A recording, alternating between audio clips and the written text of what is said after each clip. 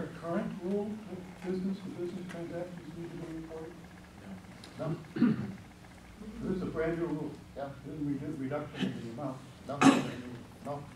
And where they got $600 from, you know, I don't know, but it certainly doesn't make sense to me, being someone who is in a small business. For every transaction over $600, the paperwork that will be created for this, I can tell you, there's going to be many small businesses that won't be doing it. And I don't know what that has to do with healthcare. I'm not sure what's in the healthcare bill, but it is a lot. I've paid something that we've made over $600 I filed a 1099 for it, but it wasn't strictly a business, it wasn't a transaction. No, it's for waiting. Not your, Oh, we got a young man right behind you. I'll get that right to you. How do you stand on same-sex marriage? And what? Same-sex marriage. I believe marriage is between a man and a woman. I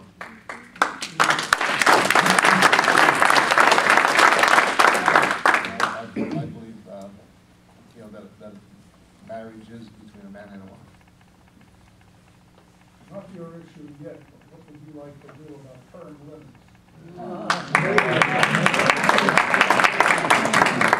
Well, I've already put a self-imposed term limits on myself. I will not serve more than 10 years in the House, because I believe our founding fathers, when they created this form of government, didn't want career politicians in Washington. And the best way to do that is to lead by example. So I'm going to Washington not for a career. I'm going to Washington for a cause.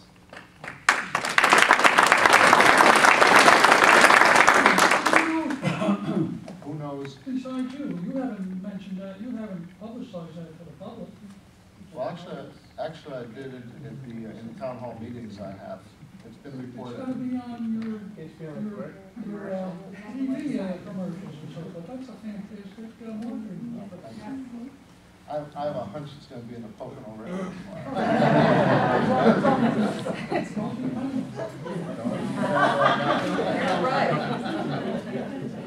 I'll make sure it gets on our website. Thank you. I just want to get your feelings about infrastructure. I see it as an extremely serious problem here in State 80. Sewage problem, water problem. I just signed a contract today for $2,600 because I have well water that's got radon in it, and it has a high pH or low pH or whatever, and it's got to go through some diffusion system and cleaning system, and the entire area is filled with homes that are using well water, and the sewage problem, a lot of the old septic systems cannot be replaced. They have to be replaced with a mound system, from what I understand. And you know, that's a major issue that's going to happen 10, 15 years down the pipe in the Pocono community. Not to mention, just one other quick thing, Chinese sheetrock. I don't think it's a problem here in the northeast part of the country, but it's a significant problem down in Florida, and I have some relatives down there whose home, it's shameful and sad what has happened to them. They're losing their homes. Yeah. Just because of inferior product that's in it. Right. It is. It's very sad. I was vacationing there actually, and it was in the news every day. Yeah. And it's horrific. You know, the people that are being affected by it. No doubt. I have asked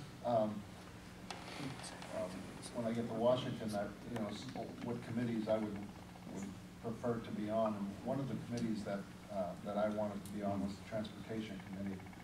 Because of my background and the fact that I think, especially here in Monroe County, the transportation needs and infrastructure needs have not been met here.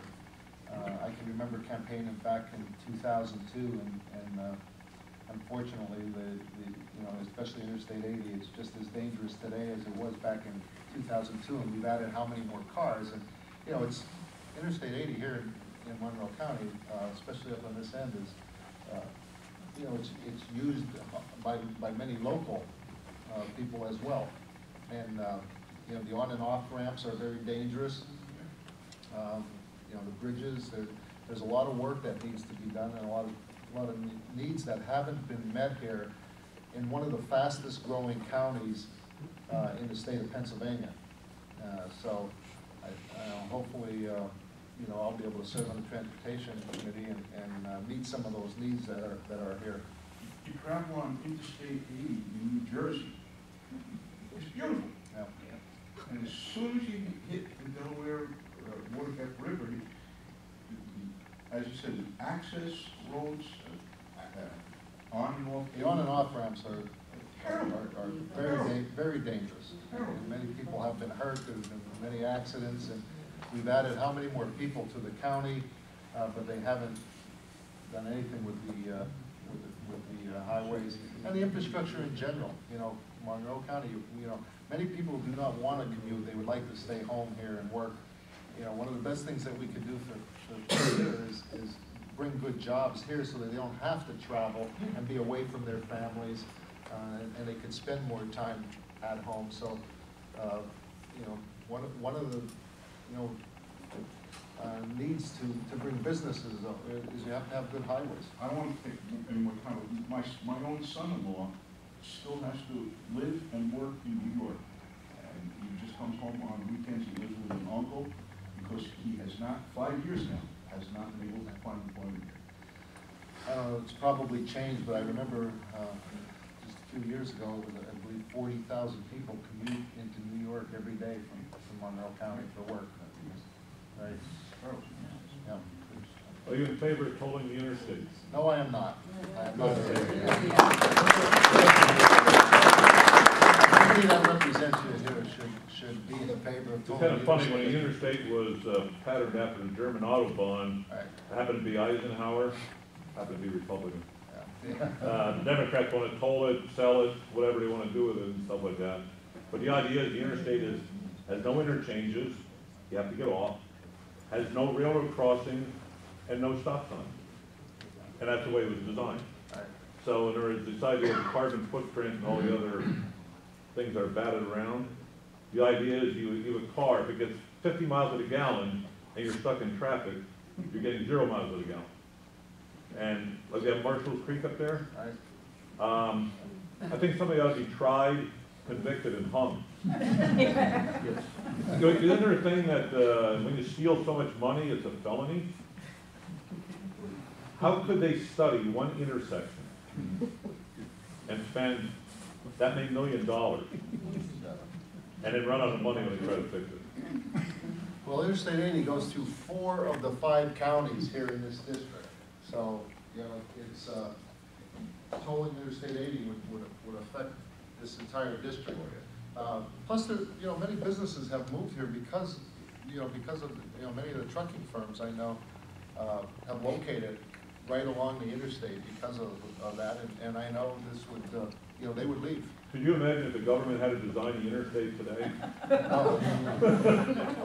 Not to mention how much traffic it would push on secondary roads for people who would be trying to get around the paying the toll. Well, basically, Eisenhower was a 2-term president, and the interstate was put across the United States and up and down in probably a little more than 10 years. Today they would study it for 10 years. So, one intersection they'll study for 20. I wonder, do you agree with what the German chancellor said about the immigrants in Germany? Interesting, wasn't it?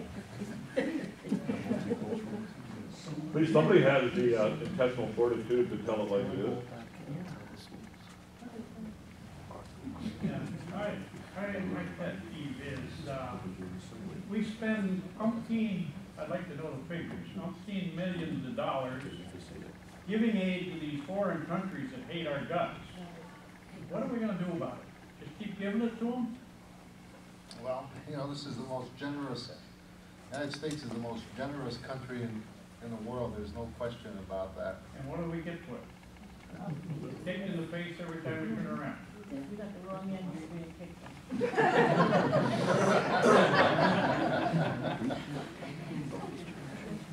Changing subject a little bit. But we have a tremendous problem here in eastern Pennsylvania with drugs. Drugs. I hate it when I have to go into McDonald's or someplace like that and see a 75-year-old woman in there making money so she can give it to her 18-year-old grandson who's outside selling drugs or using drugs. I think a good answer, and I know this is very, very unpopular for most people, if we could institute the draft again and get these 18 to, or 17 to 25-year-old people off the streets for a little while and give them some discipline and knowledge in the military so they can bring it home and use it here and get through those bad years where they're doing nothing except getting in trouble. What would be your stance on draft? Well, you know, I would not be in favor of instituting the draft. To answer the second part of that, the first part of it is, we are absolutely losing the war on drugs. I can tell you that most crimes are drug related. Whether somebody owes someone money or someone needs money, usually drugs are involved in that crime being committed. Here in the eastern part of Pennsylvania, you're very correct. A lot of the drugs, especially gangs, we're also seeing a problem with gang activity, and many are coming in through New York and New Jersey. They're running drugs down the interstate into our communities. But the bottom line is that it's all about supply and demand. If there wasn't such a demand for the drugs, you know, the drug dealers would be somewhere else to sell. That's exactly what I'm saying. If those young people who are using it are out of here and in the military and doing some good instead of damage. Yeah. Well, I'll tell you, we're not winning. That's for sure. We're not winning. You know, I know the problems that we're facing in Hazleton, and it's not only Hazleton. As I talk, we're seeing it now in quiet neighborhoods, and we're seeing drug use in elementary schools. You know, children that are very young. It's affordable now. It's not something that